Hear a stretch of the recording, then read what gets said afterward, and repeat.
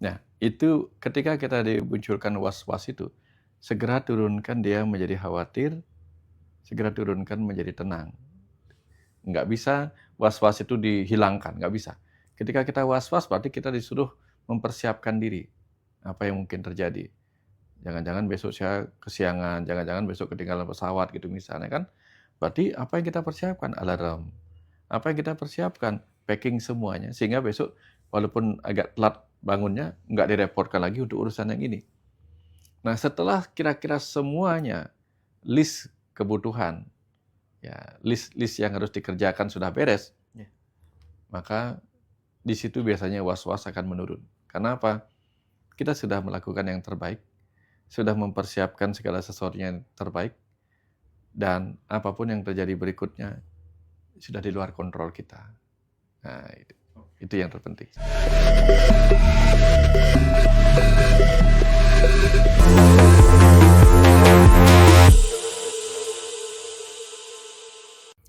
Bagaimana cara menyeimbangkan antara rasa syukur terhadap apa yang telah dimiliki dengan semangat untuk terus berusaha dan berkembang, terutama ketika perjuangan itu menguras energi dan fokus, hingga terkadang membuat kita lupa untuk bersyukur.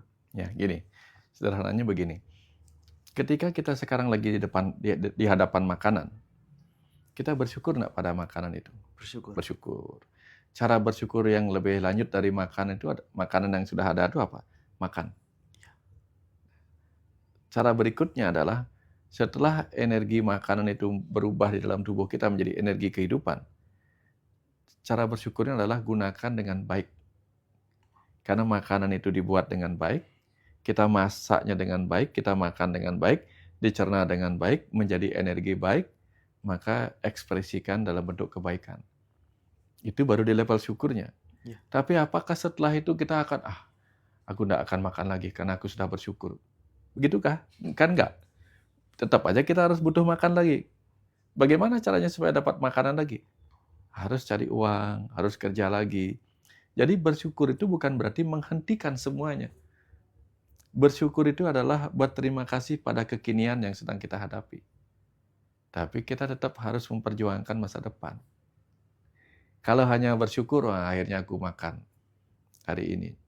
Walaupun besok nggak makan, aku tetap bersyukur. Nggak bisa, nggak bisa. Nggak bisa. Syukur kita hari ini adalah penyemangat kita. Bahwa akhirnya Tuhan, dengan rasa syukur aku makan makanan ini, sehingga aku punya energi untuk mencari makanan berikutnya. Gitu sebenarnya maksudnya. Jadi hari ini kita kaya, bersyukur untuk apa? Kita bisa memanfaatkan kekayaan itu sebagai energi untuk meraih apa yang kita inginkan berikutnya. Bukan untuk diam, bersyukur aja udah ngapa-ngapain dah. Aku dah syukur aja segininya cukup dah. Bahaya itu. Kita akan terus hidup. Kecuali setelah hari ini kita makan, udahlah hari ini aja cukup hidupnya gitu. Kalau gitu baru. Ya, dah. Ada lagi? Ada. Ya. Dalam perjalanan hidup, seringkali kita diliputi rasa was-was dan kekurangan, kekhawatiran yang tak berkesudahan. Bahkan emosi negatif seperti amarah akibat tekanan dari realitas hidup, baik dari dalam diri maupun lingkungan sekitar.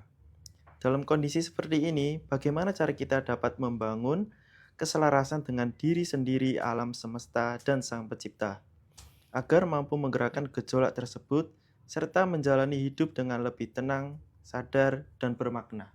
Ya. Kenapa Tuhan atau semesta itu menciptakan kita sebuah tools, sebuah alat di dalam diri kita berupa rasa takut, rasa khawatir, rasa was-was, karena kita diingatkan hidup ini bergelombang. Ada masa di mana kita akan bertemu panen, ada masa di mana kita bertemu paceklik. Kalau kita tidak waspada kemungkinan akan terjadinya paceklik di masa depan, maka kita tidak akan was-was. Tapi yang berbahaya adalah ketika kekhawatiran dan was-was itu dipelihara berlebihan, dia menjadi kecemasan. Bahkan menjadi rasa takut yang tidak beralasan, itu kecemasan. Objek sudah nggak jelas lagi. Tapi kalau kita punya was-was, jangan-jangan besok aku nggak makan. Maka kita hari ini akan menyimpan makanan dengan baik. Semua binatang, semua makhluk hidup disiapkan dengan cara yang sama. Semut pun dibuat was-was, walaupun seakan dia tidak punya perasaan dan pikiran. Dibuat was-was, makanya dia tahu ada kemungkinan akan terjadi hujan nanti. Ya. Disimpan dalam DNA semut itu. Sehingga semut-semut akan gotong royong untuk menyimpan makanan di dalam sarang mereka. Bahkan semut-semut yang was-was akan terjadinya banjir, akan membuat sarang semutnya itu dalam bentuk yang menarik lah, jaring-jaringnya itu menarik, sehingga apa? Air nggak bisa masuk, membanjiri tempatnya, walaupun di bawah tanah. Dia bikin sedemikian rupa bentuknya itu. Jadi semua hewan itu membuat sarang, membuat rumahnya itu dipengaruhi juga oleh faktor was-was. Ada yang membuat sarang seperti burung, buat sarangnya unik sekali. Dia was-was akan telurnya dimakan sama ular. Maka dia membuat sarang yang bahkan terdiri dari 2 pintu yang menarik. 1 pintu palsu, 1 pintu yang asli untuk anaknya. Arti dia didorong oleh kewaspadaan itu. Nah, bayangkan kalau manusia nggak diberikan kewaspadaan yang membuat dia was-was terhadap hal yang mungkin buruk di masa depan. Maka kita tidak akan terjaga hidup kita. Terlalu santai malah. Ya udah sekarang kaya habisin aja. Besok urusan besok. Itu nggak bisa begitu.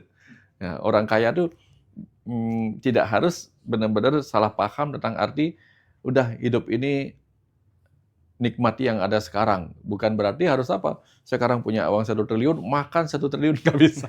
Nggak bisa. Nggak bisa kayak gitu maksudnya. Jadi jangan salah paham apa ajaran orang-orang spiritual. Ya, the power of now, hiduplah di masa kini, terimalah apa adanya di masa kini, bukan berarti apa? Kita nggak ngapa-ngapain di masa kini dan di masa depan. Gitu. Ya, jadi tetap aja kita harus pikirkan, karena hidup ini berkelanjutan. Ya. Seperti itu. Ya bahkan jangankan hewan-hewan, jangankan manusia, tumbuh-tumbuhan pun menyadari hal itu. Tahu dirinya akan berhadapan dengan kemarau yang panjang, mungkin dia akan mengurangi daun-daunnya, bunganya yang banyak. Gitu. Ya, kalau yang kaktus, untuk mengurangi penguapan, daun-daunnya dia bentuk menjadi duri. Lalu ketika ada malam-malam ada embun, dia simpan di dalam dirinya. Supaya dia nggak kekeringan, dia simpan di dalam diri, dia menyerap embun-embun yang ada itu. Nah, dari sana kita paham, kewaspadaan hewan-hewan itu, kewaspadaan tumbuh-tumbuhan sangat penting untuk menjaga hidupnya. Jangan sampai manusia yang punya pikiran yang luar biasa ini kehilangan eling dan waspadanya. Gitu. Masa kalah sama hewan gitu. Iya. Kira-kira demikian. Oke, baik, Pak. Bagaimana cara kita mengatasi kewaswasan itu? Padahal misal besok kita akan perjalanan jauh gitu, Pak. Dalam perjalanan jauh itu hari ini saya merasakan was-was. Oh, ada kejadian apa ya besok nanti? Padahal kan belum terjadi hal tersebut. Ya. Nah, itu ketika kita dimunculkan was-was itu, segera turunkan dia menjadi khawatir, segera turunkan menjadi tenang. Nggak bisa was-was itu dihilangkan, nggak bisa. Ketika kita was-was berarti kita disuruh mempersiapkan diri. Apa yang mungkin terjadi. Jangan-jangan besok saya kesiangan, jangan-jangan besok ketinggalan pesawat gitu misalnya kan. Berarti apa yang kita persiapkan? Alarm. Apa yang kita persiapkan? Packing semuanya. Sehingga besok walaupun agak telat bangunnya, nggak direpotkan lagi untuk urusan yang ini. Nah setelah kira-kira semuanya, list kebutuhan, ya list yang harus dikerjakan sudah beres, Ya. maka di situ biasanya was-was akan menurun. Karena apa? Kita sudah melakukan yang terbaik, sudah mempersiapkan segala sesuatunya yang terbaik, dan apapun yang terjadi berikutnya sudah di luar kontrol kita.